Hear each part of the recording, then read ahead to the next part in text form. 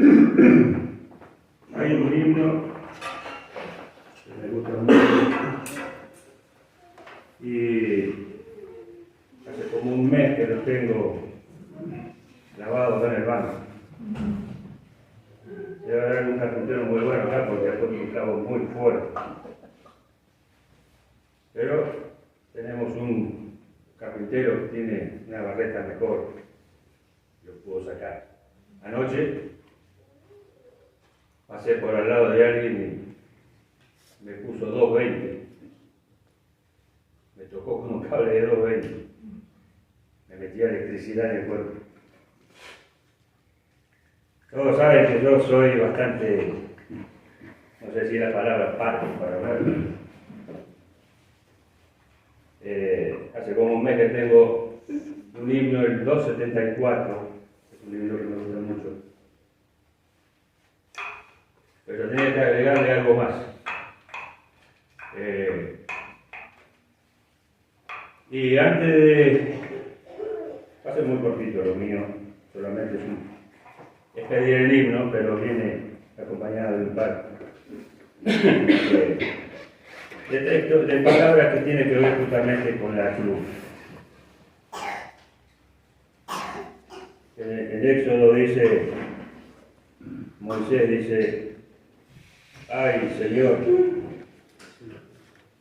nunca he sido hombre de fácil palabra, ni antes, ni desde que tú hablas a tu siervo, porque soy tardo en el habla y torpe de lengua. Y Jehová le respondió, ¿quién dio la boca al hombre? ¿O quién hizo al mudo y al sordo? Al que ve y al ciego. ¿No soy yo Jehová? Hoy me levanté muy temprano. Casi nunca lo hago tanto. Siempre me levanto temprano, pero hoy me levanté muy temprano, a las 7. Porque tenía este himno que vamos a cantar después, pero tiene que ver con este cable, con estos 220 que me pusieron en la noche. Anoche alguien me tocó y me instó a esto porque realmente soy como Moisés acá, bastante lerdo para hablar. Me pongo muy nervioso. Escuché una versión de alguien que dijo que más vale subir temblando y no bajarse temblando. Más vale subir con temor que bajarse temblando. Y para este tardo de hablar, no quiero ser muy extenso porque no voy a hablar de Éxodo, de Hechos, pero sí tiene que ver lo de Hechos, porque tengo todo anotadito acá para no olvidarme de nada, porque si no me olvido, con el nervio me traiciona y me olvido. Entonces, el Señor ha llamado a sus discípulos, los llamó a todos, ya de antemano, antes de ir a la cruz los llamó. Pero en hecho vemos que el Señor ya no está acá y a través de su espíritu, de su presencia invisible, se le apareció a Saulo. Saulo que después es llamado Pablo. Pero él también fue llamado. Y hay un acontecimiento para esto de ser llamado, que para poder estar en presencia del Señor, primero tenemos que pasar por una puerta. Y hay algo que rasgó el Señor para poder entrar, que antiguamente nadie podía cruzar el velo, si no era aprobado por Dios, cualquiera que quisiera moría. Hoy tenemos entrada libre. El himno lo habla, lo dice. quedaba libre. El Señor cuando murió, expiró, el velo del templo se rasgó en dos. Y vamos a leerlo en Mateo 27.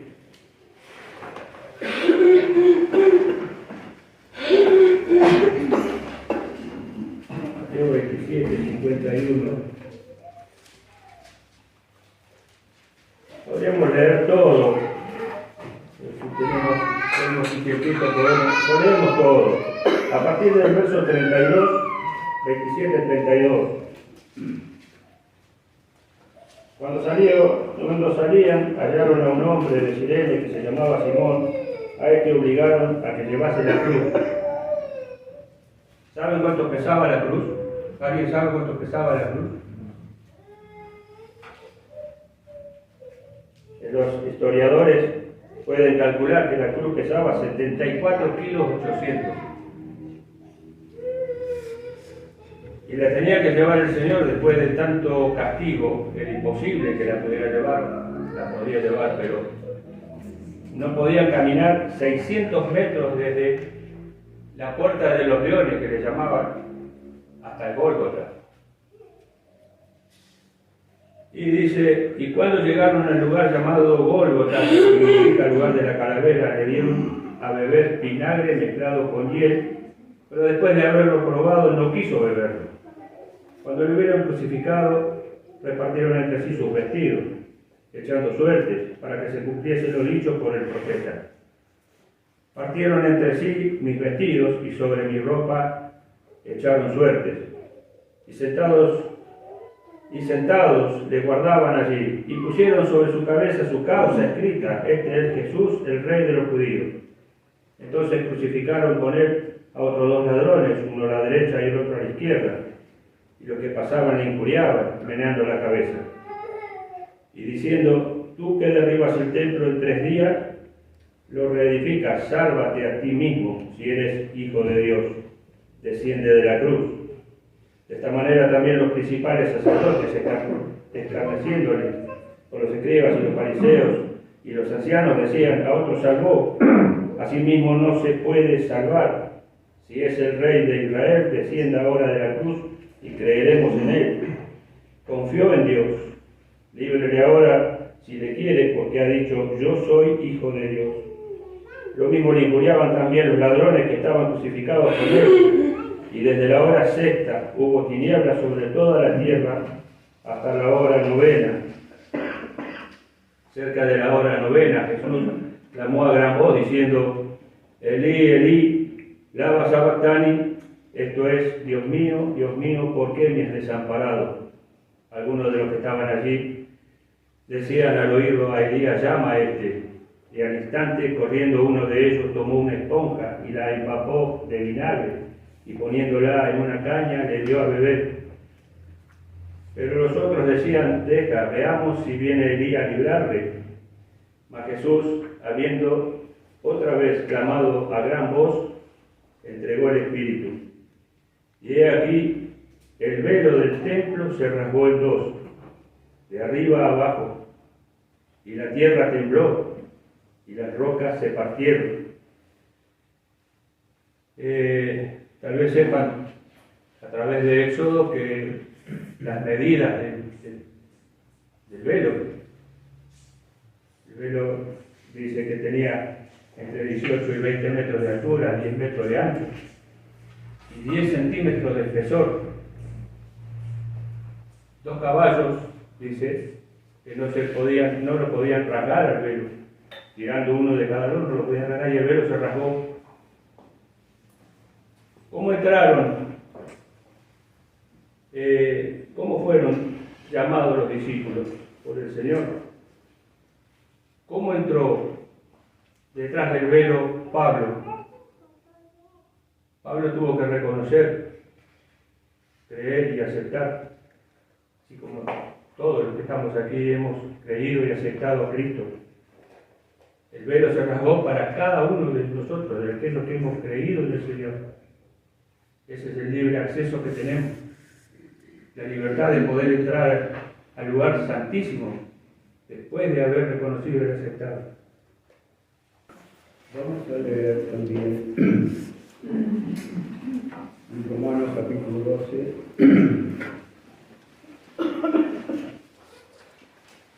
Voy a repetir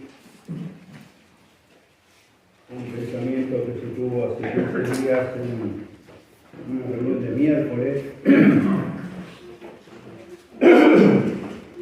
Algunos de los que estuvieron presentes me van a ayudar. Capítulo 12 de Romanos, el verso 2. Menos mal que le pusieron los 20, porque si ponen que 80, hermano querido, qué bendición.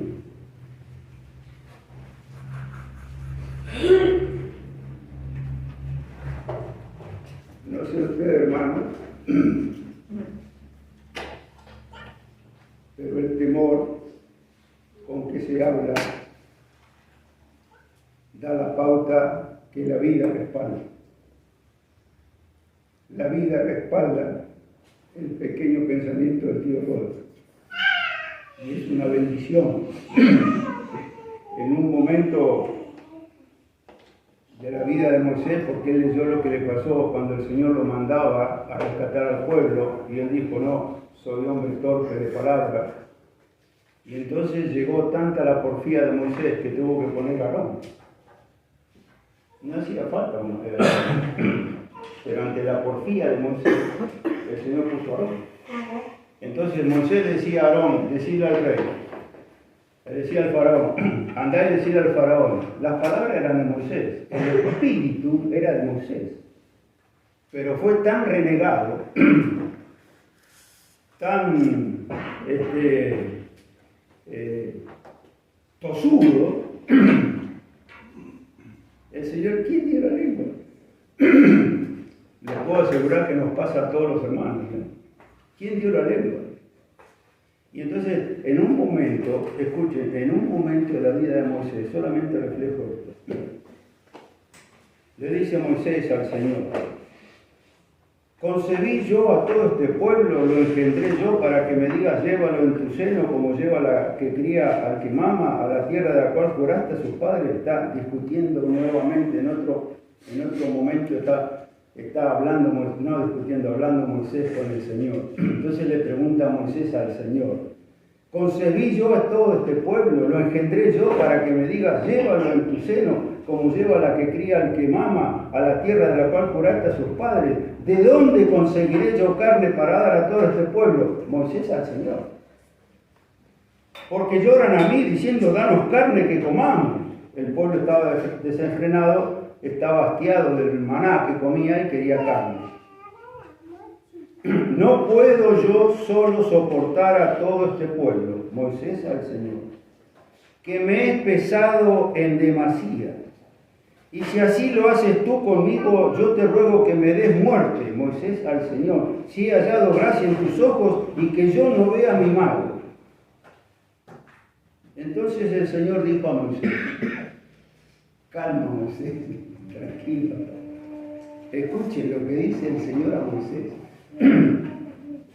Entonces Jehová dijo a Moisés, reúneme 70 varones de los ancianos de Israel, que tú sabes que son ancianos del pueblo y sus principales, y tráelos a la puerta del tabernáculo de reunión y esperen allí contigo. Y yo, dice el Señor, descenderé y hablaré allí contigo. Y tomaré del espíritu que está en ti y pondré en ellos. Y lo llevarán contigo, y llevarán contigo la carga del pueblo y no la llevarás tú solo. ¿Agregó más espíritu del cielo el Señor para los 70? ¿De dónde salió? ¿De dónde? De Moisés. Tremendo el espíritu de Moisés. Tremendo el espíritu de Moisés. ¿Quién sabía el espíritu que tenía Moisés? El Señor. Y entonces Moisés, menoscabándose y despreciándose delante del Señor y renegando, diciendo, ¿cómo voy a darle de comer? Y entonces el Señor le muestra otro camino, le muestra otra cosa, le muestra algo completamente distinto de lo que puede pensar un hombre. reúne 70 varones, y de tu espíritu y del espíritu de Moisés salió para que los 70 tengan la capacidad de jugar al pueblo. Tremendo. Lo que no sabía Moisés es que de su espíritu podía salir capacidad para alimentar y dar capacidad de juzgar a 70 varones. El sábado que viene empieza la vida del apóstol Pablo. Comento solamente los viajes del apóstol Pablo y vamos a ver un tema especial, cómo arranca la vida del apóstol Pablo en los viajes misioneros, porque hay un detalle allí que es la guía del Espíritu Santo. Entonces es muy interesante el pensamiento. La vida del apóstol Pablo fue llevado por el Espíritu Santo a hacer todo lo que había hecho. Quiero volver a un tema que tuvimos hace 2 miércoles atrás y leímos en Romanos capítulo 12, verso 2. No os conforméis a este siglo, sino transformaos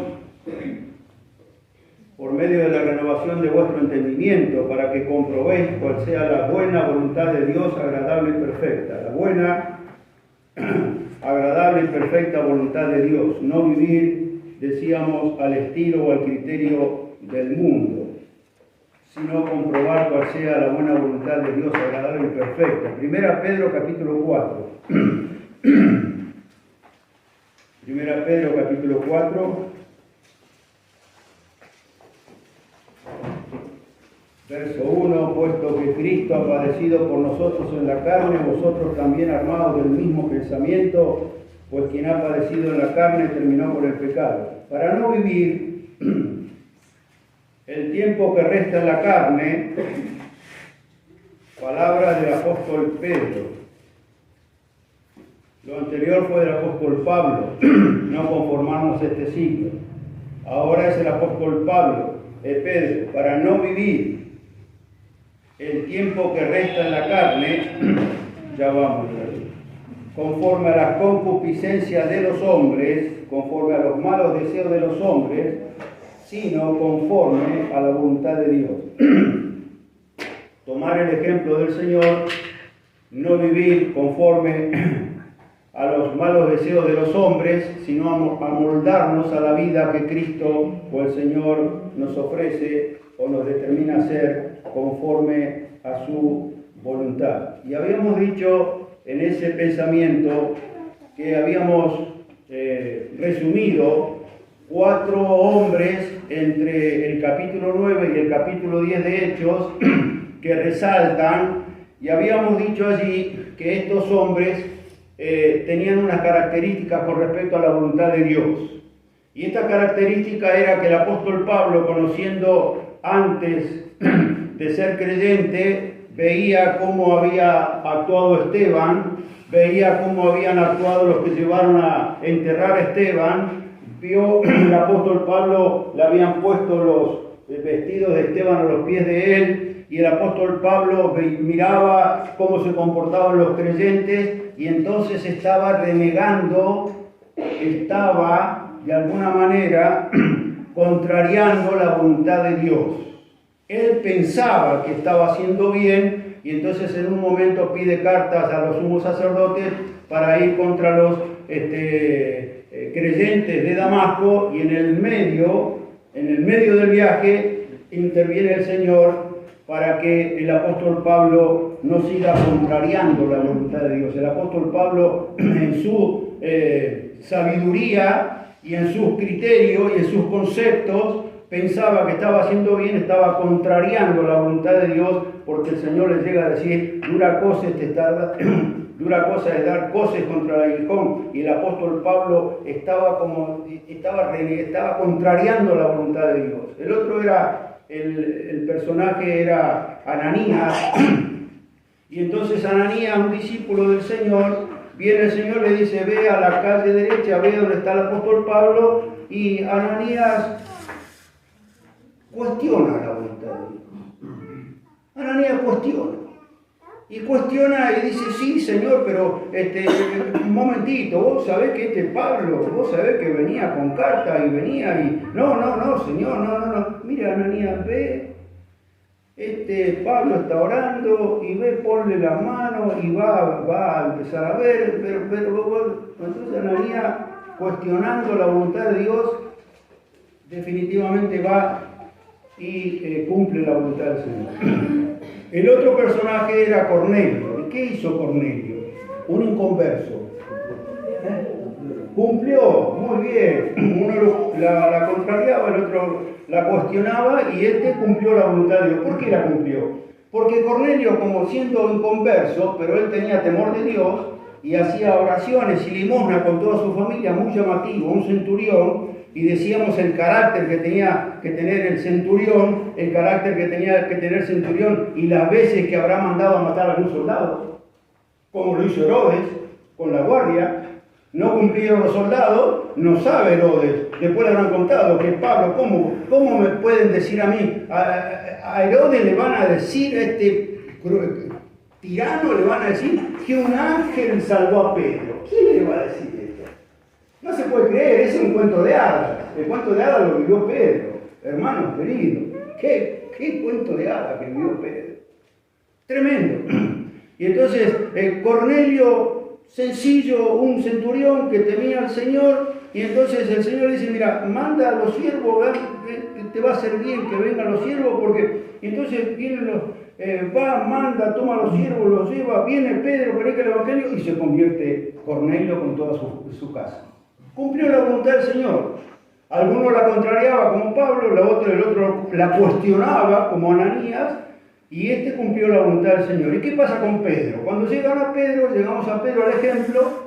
El ejemplo de Pedro es que Pedro estaba en éxtasis en ese momento, al mediodía, en la casa del curtidor, que nos enseñaron cómo era ese lugar putrefacto, de la casa de Simón Curtidor, ¿no es cierto? Y entonces estaba Pedro y del cielo baja, el cuadrúpedo, se ve que en el cielo también hay cuadrúpedos y reptiles y aves, y baja un lienzo.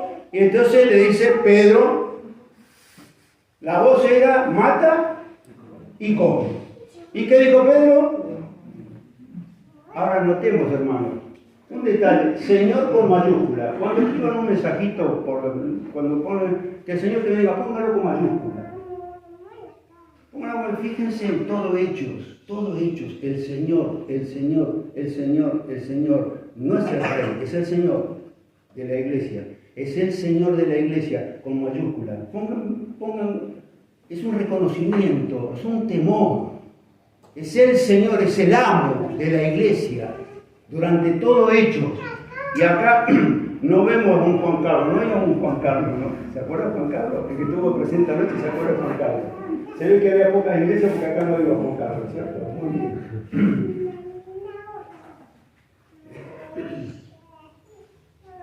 Pedro le dice, niega la voluntad del Señor. Señor, eres el Señor, pero no. Pedro, mata y come. Señor, no. Y entonces es cumplir la voluntad del Señor que nos cuesta a nosotros vivir en este mundo, no contrariarla, no cuestionarla, cumplirla como Cornelio, un inconverso, y no negar la voluntad del Señor. Reuniendo este pensamiento, el sábado pasado, cuando los judíos lo llaman a Pedro y le preguntan, ¿por qué has entrado en casa de hombres incircuncisos y has comido con ellos? ¿Qué hiciste, Pedro? Los judíos con los gentiles no tenemos nada que ver. Los judíos a mi casa no vienen. Los judíos decían, a mi casa ni por las tapas un gentil. Los gentiles no tenían acceso a los judíos. Pero estos preguntaban, y nos comentaba Francisco que hizo este juzgar, ¿no es cierto? Que hacían, que juzgaban a los hermanos sin tener conocimiento, se había llevado a cabo algo extraordinario, que el Evangelio llegó a los gentiles.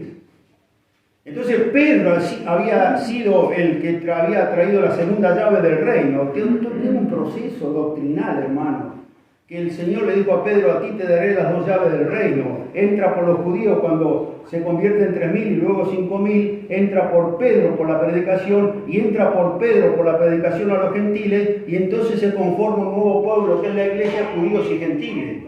Esto tiene un trasfondo eterno. Entonces estos judíos que todavía tenían la ley y eran perseverantes en estos mandamientos, eran muy celosos, le preguntan a Pedro algo que no sabían. Y entonces Pedro, ¿qué hace? Detalladamente les dice lo que había pasado. Porque lo tenían que entender detalladamente. Se tomó el trabajo, lo que había pasado con Cornelio, así, hasta que llegó el momento que entró a la casa de los gentiles el Evangelio. Y por la gracia de eso, que es un misterio eterno, nosotros somos creyentes. Bendita gracia. Entendemos el trasfondo eterno de la voluntad cumplida de Cornelio. ¿Quién hubiera pensado? Solamente el cielo pensó que a través de Cornelio y su familia, un hombre temeroso del Señor que no era creyente, llegara al Evangelio. ¿Entendemos el trasfondo tremendo? Y estos preguntan, ¿por qué has entrado en casa de hombres incircuncisos y has comido con ellos? Juan capítulo 4. Juan capítulo 4. Es un acontecimiento. Es el Señor. Es el Señor. Siempre Señor con mayúscula. Es un detalle. Señor. Cortamos en la lectura, verso 15. El Señor con la mujer samaritana. La mujer le dijo, Señor, dame esa agua, para que no tenga yo sed ni venga aquí a sacarla. Jesús le dijo, ve, llama a tu marido y ven acá. Respondió la mujer y dijo, no tengo marido. Jesús le dijo, bien has dicho, no tengo marido. Porque 5 maridos has tenido y el que ahora tienes no es tu marido. Esto has dicho con verdad. La mujer le dijo, Señor, perdona que vuelva a repetir, pero con mayúscula, me parece que eres profeta. Nuestros padres adoraron en este monte y vosotros decís que en Jerusalén es el lugar donde se debe adorar. Jesús le dijo, mujer, créeme, que la hora viene cuando ni en este monte ni en Jerusalén adoraréis al Padre. Vosotros adoráis lo que no sabéis. Nosotros adoramos lo que sabemos, porque la salvación viene de los judíos. Mas la hora viene y ahora es que se cambia el tiempo de los tiempos. En mi tiempo, le dice el Señor, estoy parafraseando, que está cortando una calidad de vida entre samaritanos y judíos y está estableciendo un nuevo centro de adoración el Señor. ¿Se acuerdan los samaritanos? ¿A quién adoraban los samaritanos? ¿Se acuerdan ustedes a quién adoraban los samaritanos? ¿Quién había trasladado el rey? Claro, a los 2 becerros, desde Dan, habían a los 2 becerros, ellos lo adoraban. Y entonces es el Señor que está rompiendo con un mito entre samaritanos y judíos, porque no se podían ver entre samaritanos y judíos. Los judíos decían, la adoración está en Jerusalén, los samaritanos decían, no, nosotros tenemos, claro, vamos a romper, el Señor está rompiendo algo que no le entraba a ningún judío ni a ningún samaritano, que alguien podría venir a establecer algo que está hasta el día de hoy. Notemos, hermanos, hasta el día de hoy. Verso 23, mas la hora viene y ahora es cuando los verdaderos adoradores adorarán al Padre en espíritu y en verdad, porque también el Padre tales adoradores busca que le adoren. Dios es espíritu, y los que le adoran en espíritu y en verdad es necesario que adoren, o aquí, o en la chacra, o abajo de un árbol frondoso, donde sea, donde hay 2 o 3 congregados en mi nombre, y estoy yo. Y está estableciendo algo nuevo, algo que al hombre no se lo hubiera para nada. No hay que hacer ningún edificio. 2 o 3 congregados al nombre del Señor, el Señor está en medio. Verso 24, Dios es espíritu y los que le adoran en espíritu y en verdad es necesario que adoren. Le dijo la mujer, sé que ha de venir el Mesías. llamado el Cristo. Cuando Él venga nos declarará todas las cosas. Jesús le dijo, yo soy el que habla contigo. En esto vinieron sus discípulos y se maravillaron de que hablaba con una mujer. Sin embargo, ninguno dijo, ¿qué preguntas o qué hablas con ella? Entonces la mujer dejó su cántaro y fue a la ciudad y dijo a los hombres, venid, ved a un hombre que me ha dicho todo cuanto he hecho. ¿No será este el Cristo? Entonces salieron de la ciudad y vinieron a él. Entre tanto, los discípulos le rogaban, diciendo, Rabí, come. Esto no habían escuchado la conversación. Y entonces no es que están juzgando, sino que están imponiendo al Señor porque pensaban que no había comido el Señor y estaba falto de hambre. Y entonces los discípulos, como no habían escuchado la conversación, como tampoco aquellos que juzgaban a Pedro, ¿por qué entraste a la casa de los judíos? Siendo nosotros, siendo aquellos incircuncisos, ¿cómo va a entrar un judío a un gentil? Bueno, entonces Pedro le explica lo que había pasado, algo eterno, que Cornelio y la casa de los gentiles habían conocido el Evangelio y notemos, el don, el regalo del Espíritu Santo había llegado a los gentiles, como a nosotros también. Y entonces los discípulos, como no habían visto, les llamó la atención que estaba hablando con una mujer, pero no habían escuchado lo que había dicho el Señor. Ellos tienen el problema de la comida. Y entonces dice el verso 31, entre tanto los discípulos le rogaban, decían, Rabí, come. Él les dijo, yo tengo una comida que comer que vosotros no sabéis. Entonces los discípulos decían unos a otros, ¿le habrá traído alguien de comer? Jesús les dijo, mi comida es que haga la voluntad del que me envió y que acabe su obra. Mi comida es que haga la voluntad del que me envió y que acabe su obra. Hebreos, y concluimos, Hebreos,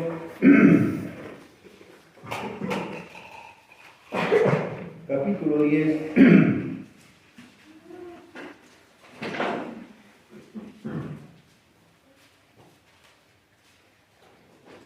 Hebreos capítulo 10.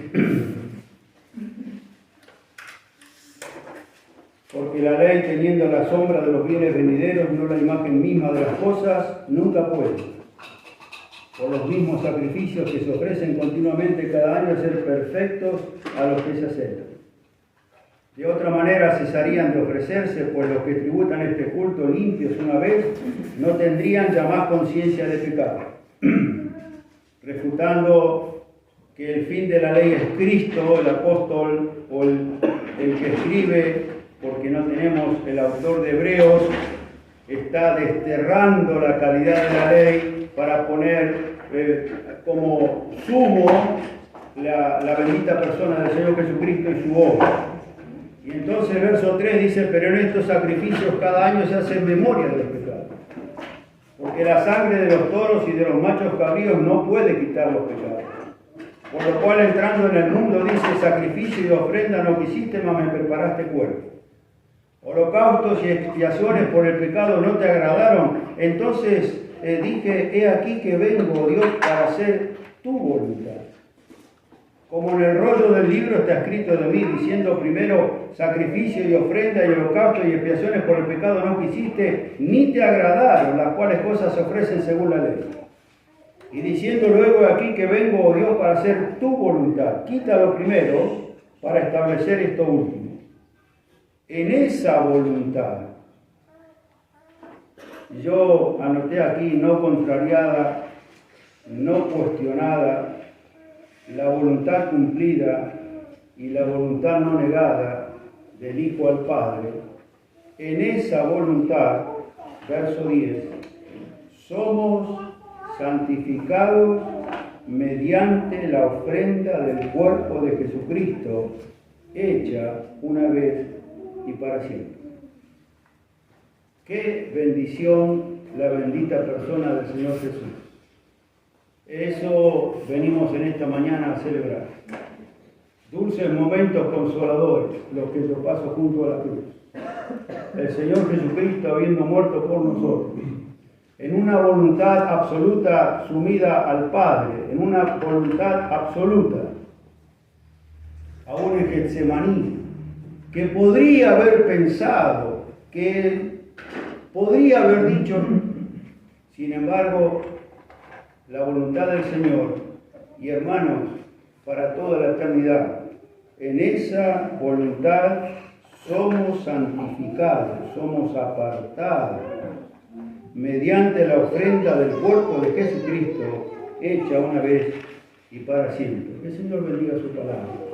Podamos nuevamente en esta mañana considerar que el Señor Jesucristo no contrarió, no cuestionó, para nada negó la voluntad del Padre, la cumplió acabadamente para nuestra santificación eterna, una posición que tenemos en Cristo, lo cual nos toca a nosotros una santidad, llamados a ser santos, una santidad de vida permanente.